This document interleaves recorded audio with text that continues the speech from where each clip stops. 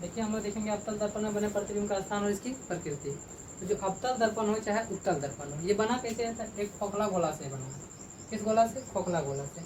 खोखला गोला को देखो, ये खोखला गोला हो गया, इसका कहीं ना कहीं तो केंद्र होगा। अब बताइए, जब अब इसको अगर हम इसको बीचों बीच काट देंगे तो देखिए, और दर्पण को पता है कि हमेशा राइट साइड पेंट किया जाता है, इधर पे पेंट करेंगे, इधर पे पेंट करेंगे, राइट साइड ही पेंट करना। दो को है, इधर से अगर बीचों बीच काट देंगे तो इसका राइट ये होगा, इसका राइट ये होगा। अगर गोलीय दर्पण के अंदर साइड यानी गोलीय दर्पण के अंदर साइड पेंट करेंगे तो वो उत्तल कहलाएगा, और गोलीय दर्पण के बाहर साइड पेंट करेंगे तो अवतल दर्पण कहलाएगा। या फिर ऐसे समझो, पेंट करना है राइट साइड और झांकना किधर से? देखना हमेशा लेफ्ट साइड से। देखना किस साइड से? लेफ्ट साइड से। अगर लेफ्ट में उठा हुआ दिखेगा तो उत्तल बोलेंगे, लेफ्ट में धंसा हुआ दिखेगा तो अवतल बोलेंगे। या फिर ऐसे भी याद कर सकते हो कि सी शेप में रहेगा, ये सी टाइप का रहेगा, सी टाइप का, और राइट साइड पेंट किया हुआ रहना चाहिए। सी शेप का रहेगा तो उसे उत्तल बोलेंगे, ठीक है। और धसल रहेगा तो अवतल। एक को याद रहेगा, दूसरे का तो खुद याद रहेगा। तो चलिए, यानी उत्तल दर्पण हो या अवतल दर्पण हो, भाग किसका है? खोखला गोला का भाग है। अब बताइए, अब मान लीजिए कि ये कोई खोखला गोला है, इसका कहीं ना कहीं तो केंद्र होगा, और केंद्र से पता है यहाँ खींचेंगे, वृत्त में पढ़े होंगे, ये वृत्त जैसा समझो, ये क्या होता है? त्रिज्या होता है। अगर इसको मिटा देंगे तो ये क्या बोल सकते हैं? अवतल दर्पण के त्रिज्या।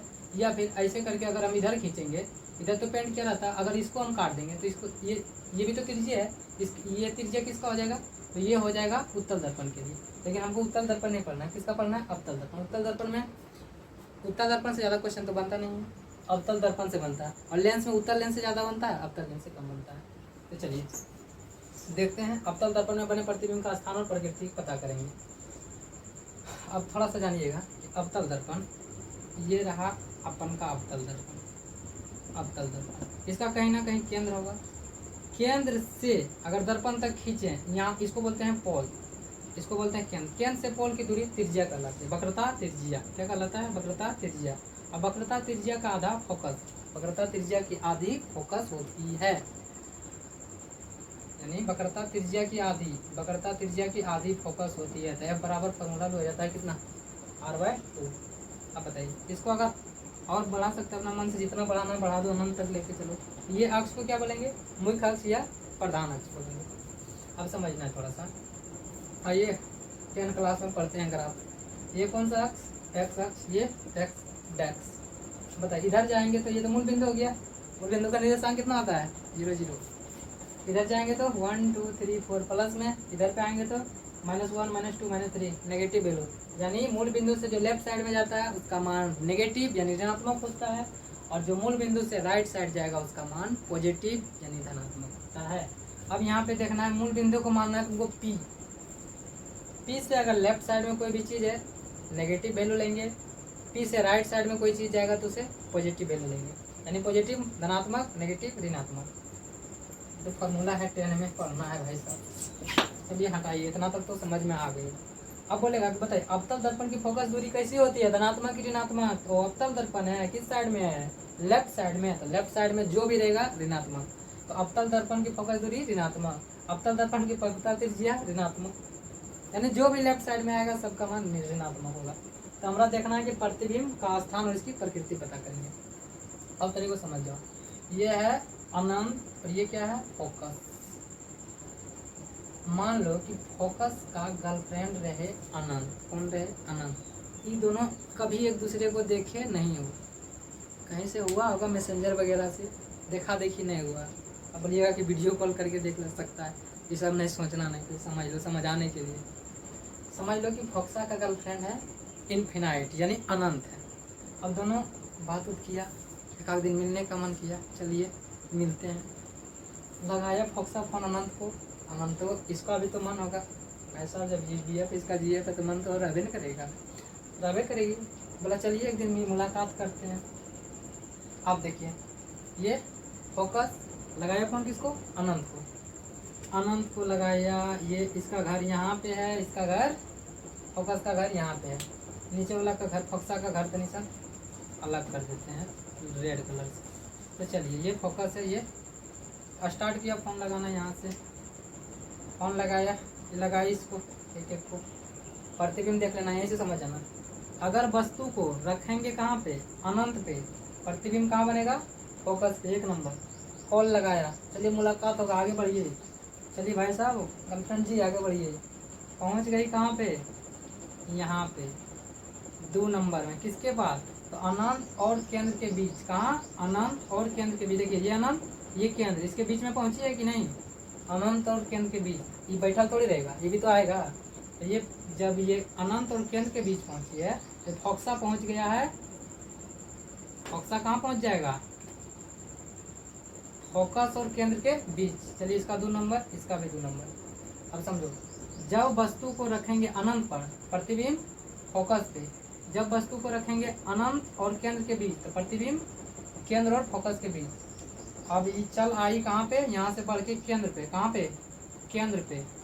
ये भी आ गया है केंद्र पे। फोकस है भाई, फोकस है। फोकस होता है फोकस। इतना पता नहीं, दोनों आया लेकिन पता नहीं, बात करते जा रहा। हाँ कहाँ है? तब तक क्या हुआ? ये बढ़ गई आगे। कहाँ बढ़ गई? आगे 4 नंबर में। ये खोजते जा रहा है, फोकस का काम है किए जाना। अब देखो ये केंद्र पर था तो इसका प्रतिबिंब भी केंद्र पर ही बना। ये खोजते खोजते चल गई आगे। कहाँ? केंद्र और फोकस के बीच। तो ये खोजते खोजते चल आया यहाँ। कहाँ पे? अनंत और केंद्र के बीच। ये कितना हो गया भाई? 3। तो ये भी 3 हो जाएगा। जब ये हुआ 4 तो यहाँ पे हो जाएगा 4। अभी जैसे पहुंची फोकस पे तो फोक्सा चलाया अनंत पे। कहाँ पे? अनंत पे। हाँ, अब ये जैसे पहुंची 6ठा नंबर, फोकस और पोल के बीच। इनेस कोई देख रहा था, बोला आज भीतर। फोक्सा तो चल गया उधर, तो प्रतिबिंब बनने लगा इसका इधर पे। कहाँ? दर्पण के पीछे। 6ठा स्थिति ये होता है भाई साहब। अब समझो, गर्लफ्रेंड बॉयफ्रेंड खत्म किया जाए। देखो यहाँ पे, जब था वस्तु अनंत पे, प्रतिबिंब फोकस पे। 1 नंबर पर, जब वस्तु था अनंत पे, प्रतिबिंब फोकस पे। जब वस्तु था अनंत और केंद्र, देखिए अनंत और केंद्र के बीच में 2 नंबर, तो प्रतिबिंब बना फोकस और केंद्र के बीच में। जब वस्तु पहुंचा था केंद्र पे तो प्रतिबिंब भी केंद्र पे। जब वस्तु पहुंचा था केंद्र और फोकस के बीच तो प्रतिबिंब केंद्र और अनंत के बीच। जब वस्तु पहुंचा था फोकस पे तो प्रतिबिंब अनंत पे। और जब वस्तु पहुंचा था फोकस और पोल के बीच तो प्रतिबिंब दर्पण के पीछे। अब देखिएगा, ये दोनों प्रतिबिंब बनेगा, दूर है तो ये दोनों बनेगा छोटा प्रतिबिंब। कैसा बनेगा? छोटा। ये दोनों केंद्र पे बराबर प्रतिबिंब बनता है। कैसा बनता है? बराबर। और ये दोनों बड़ा प्रतिबिंब बनेगा। कैसा बनेगा? बड़ा प्रतिबिंब। अब देखिए, बोलेगा कि अगर कोई वस्तु अनंत पे है। कहाँ पे है? वस्तु को u बराबर अनंत पे, वस्तु को u से सूचित करते हैं, यानी u का मान अनंत पे, यानी कोई वस्तु अनंत पे है, कोई वस्तु अनंत पे है तो प्रतिबिंब कहाँ बनेगा? फोकस पे। कहाँ बनेगा प्रतिबिंब? प्रतिबिंब बनेगा फोकस पे। अब प्रतिबिंब कैसा बनेगा? तो छोटा। कैसा बनेगा? छोटा। और दर्पण के लेफ्ट साइड जो भी प्रतिबिंब बनता है वो बनता है वास्तविक। कैसा बनता है? वास्तविक। तो क्या बोलोगे? अगर वस्तु केंद्र पे है तो प्रतिबिंब फोकस पे। कैसा बनेगा प्रतिबिंब? तो वास्तविक और छोटा। वास्तविक और छोटा।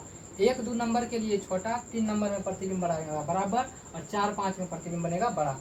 अगर वस्तु को केंद्र अनंत और केंद्र के बीच रखा जाए तो प्रतिबिंब बनेगा फोकस और केंद्र के बीच में। जो भी फोकस और केंद्र के बीच में प्रतिबिंब बनता है वो प्रतिबिंब बनता है छोटा और वास्तविक। छोटा और वास्तविक, वास्तविक को उल्टा बोलते हैं, वास्तविक को उल्टा बोलते हैं। ठीक है। प्रतिबिंब अगर वस्तु को रखेंगे केंद्र पे तो प्रतिबिंब इसका केंद्र पे। कैसा प्रतिबिंब बनेगा? वास्तविक उल्टा और वस्तु के बराबर।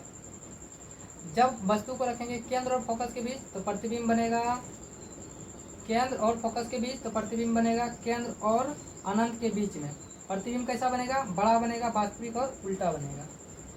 जब वस्तु को रखेंगे फोकस पे, प्रतिबिंब केंद्र पे, कैसा बनेगा? बड़ा, वास्तविक, उल्टा। जब वस्तु को रखेंगे फोकस और पोल के बीच तो प्रतिबिंब दर्पण के पीछे, और जो भी दर्पण के पीछे बनता है यानी राइट साइड बनता है वो बनता है कैसा? सीधा, काल्पनिक। काल्पनिक, और इसी को काल्पनिक के दूसरा नाम क्या है? आभासी। आभासी। तो चलिए एक बार अच्छा से शॉर्ट रिवीजन में आइए। इस साइड ये रहा अवतल दर्पण, ये मुख्य अक्ष, इसका कहीं ना कहीं केंद्र होगा, ये फोकस, ये अनंत। चलिए प्रतिबिंब को अनंत पे रखेंगे, वस्तु को अनंत पे रखेंगे। मान लीजिए यहाँ पे वस्तु को रखेंगे, कहाँ पे, अनंत पे, तो प्रतिबिंब बनेगा फोकस पे, प्रतिबिंब फोकस पे, प्रतिबिंब कहाँ बनेगा, फोकस पे। वस्तु को अनंत और केंद्र के बीच, अनंत और केंद्र के बीच, अनंत और केंद्र के बीच, तो प्रतिबिंब बनेगा केंद्र और फोकस के बीच। वस्तु को रखेंगे केंद्र पे, वस्तु को रखेंगे केंद्र पे, तो प्रतिबिंब भी बनेगा केंद्र पे। वस्तु को रखेंगे केंद्र और फोकस के बीच, तो प्रतिबिंब बनेगा केंद्र और अनंत के बीच। वस्तु को रखेंगे अब की बार फोकस पे, कहाँ पे रखेंगे, फोकस पे, तो प्रतिबिंब बनेगा अनंत पे। वस्तु को रखेंगे, ये तो पोल है, वस्तु को रखेंगे फोकस और पोल के बीच में, तो प्रतिबिंब बनेगा दर्पण के पीछे। 6वां नंबर का ये स्थिति होता है। अब ये दोनों बनेगा छोटा, ये दो को बनेगा बड़ा, और केंद्र पर, जो केंद्र पर रहता है, ये बनता है बराबर, बराबर, बराबर। इधर पे जो लेफ्ट साइड में पर रहेगा वो बनेगा वास्तविक और उल्टा, और जो दर्पण के पीछे रहेगा बनेगा आभासी, आभासी का नाम काल्पनिक, सीधा, सीधा। आई होप आपको समझ में आया होगा कि अगर वस्तु का प्रतिबिंब कहाँ बनेगा, वस्तु को कहाँ रखेंगे, प्रतिबिंब कहाँ बनेगा, इसका प्रकृति कैसा होगा। प्रकृति मतलब यही छोटा बड़ा बराबर, वास्तविक उल्टा सीधा। देख लीजिए एक ही केस में सीधा बनता है, कहाँ पे, फोकस और पोल के बीच में रखेंगे तो दर्पण के पीछे बनेगा, और दर्पण के पीछे बनेगा तो आभासी, काल्पनिक और सीधा।